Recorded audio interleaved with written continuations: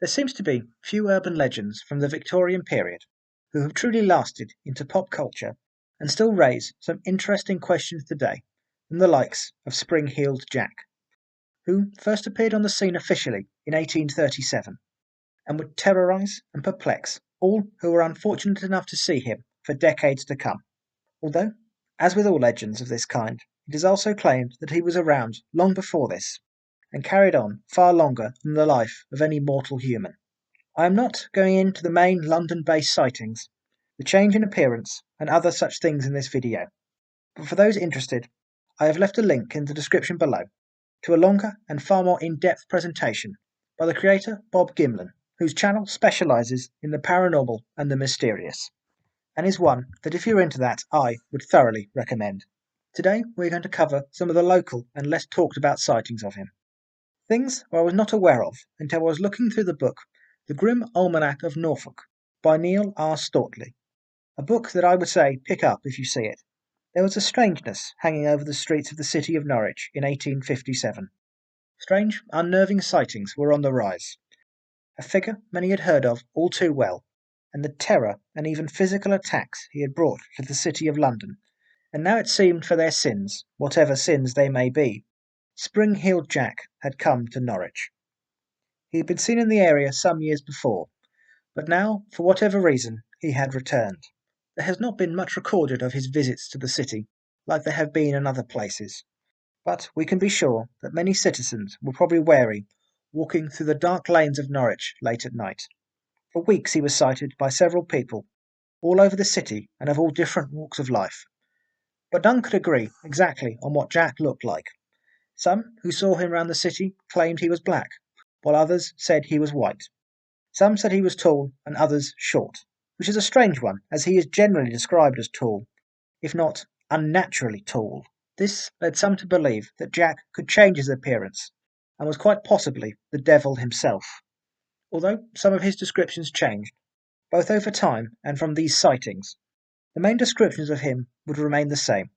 He wore a long black cloak and had claws on his hands. He could breathe blue and white flames. He is also described having eyes like red balls of fire, something that ties him in to a much more Norwich-based urban legend, as you will see in a moment. Despite the terrible tales of distress caused by all those who had come face to face with Jack, as the weeks dragged on, this did not now stop hundreds of people swarming the streets at night, hoping to get a sighting of old Jack.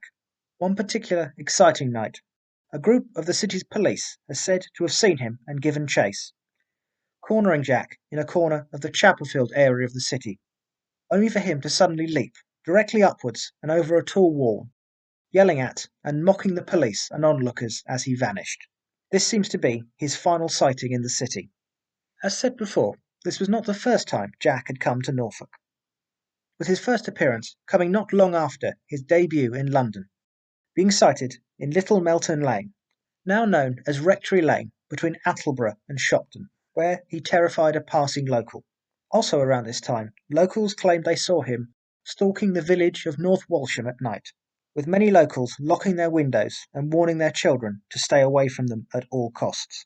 Whether or not these sightings and stories had any basis in truth, they had the possibility to do harm, and at times did. Of Jack's sightings across the town of Great Yarmouth in 1845, the blame soon fell on one of the town's more eccentric residents, a man in his 50s.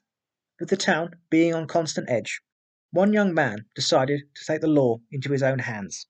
He waited for the suspect to return home one night and ambushed him. In the ensuing fight, the main suspect, who, in all honesty, was probably wholly innocent, was killed. It was not just Norfolk, though, that had its sightings of Jack. He seemed to spring up across the county border in Suffolk several times as well. One of the earliest sightings was in the town of Eye, that came in 1842.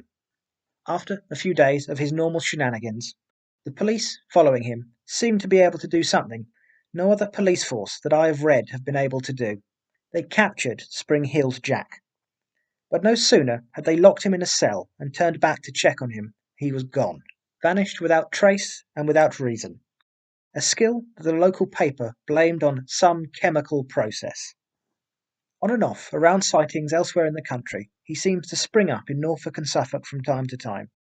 including a sighting at Suffolk General Hospital in 1878 in Bury St Edmunds. One of the hospital porters had heard that a teacher of a nearby school had reported a strange figure moving around the back of the building, and took some of his colleagues to investigate. Whether it was Jack they had on their mind, or simply someone up to no good. They searched the area, but found nothing. The others wished to return, but he wanted to carry on. Agreeing so, they parted ways. He would remain around the school for a little while. Before finishing his investigation, he returned to the hospital. Walking alone through the dark exercising grounds immediately opposite the hospital, when a strange, unmoving figure came into the view on the path in front of him.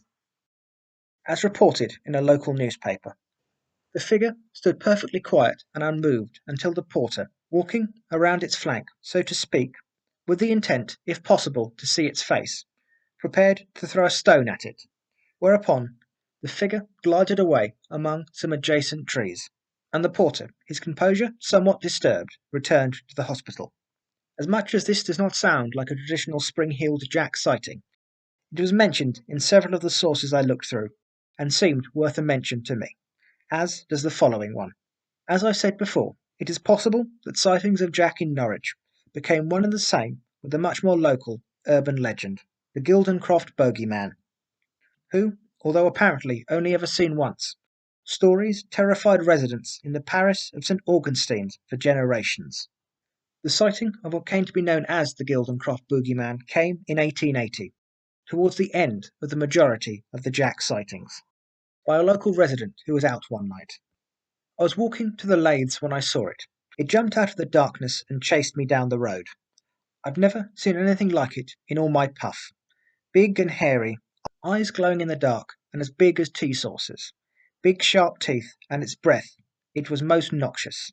Once again different, and certainly not a Jack sighting, unless you wish to believe the shape-shifting theories. Possibly, if you wish to look at it in a supernatural light.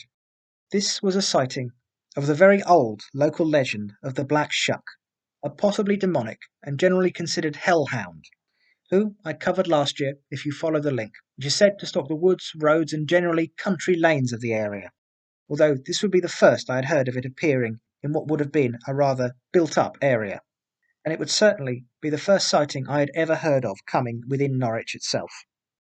As much as there has only ever been one sighting of whatever this was in St Augustine's, it certainly would leave its mark on the area for many years to come. With several older people who have lived in the area, remembering the stories they were told growing up, that it was this creature that lurked in the dark under their beds and in their cupboards, to keep them under the covers at night. As we come to the end of this video, I would like to say there has not been a huge amount of Jack that I could find. Initially, this was not the one I wanted to tell. Unfortunately, the other one became a bit too convoluted, so I'm going to take a bit longer to research it, and with any luck, you will be seeing that next Halloween. Whatever the truth behind the Jack sightings, both locally and nationally, many, including the ones in Norwich in 1852, have after the fact largely been attributed to pranks and misidentification, and have then subsequently been largely forgotten. The lack of any real written evidence in the local sightings seems to add a level of credence to this assertion. And although the last sighting seems to have been in Liverpool in 1904, the vast majority of the sightings died away in the 1880s, possibly due to the reign of terror brought on London by Jack the Ripper, with many a prankster seeing the name now far tainted away from their fun, if not unusual games they may have played as him. But for those who are inclined to believe that Jack was real, or is real, or whatever he may have been, and theories are far and wide-ranging, from time traveller, to ghost, to devil, and even alien. But I will leave that up to whichever you wish to believe. I hope you've enjoyed of our Halloween specials. As promised, there will be another one with you next week, and your regular presentation on history will be with you tomorrow. All the information and pictures used can be found in the description below. Please feel free to like and subscribe if you wish. This was Spring-Heeled Jack in Norfolk and Suffolk, and this was a little bit of history.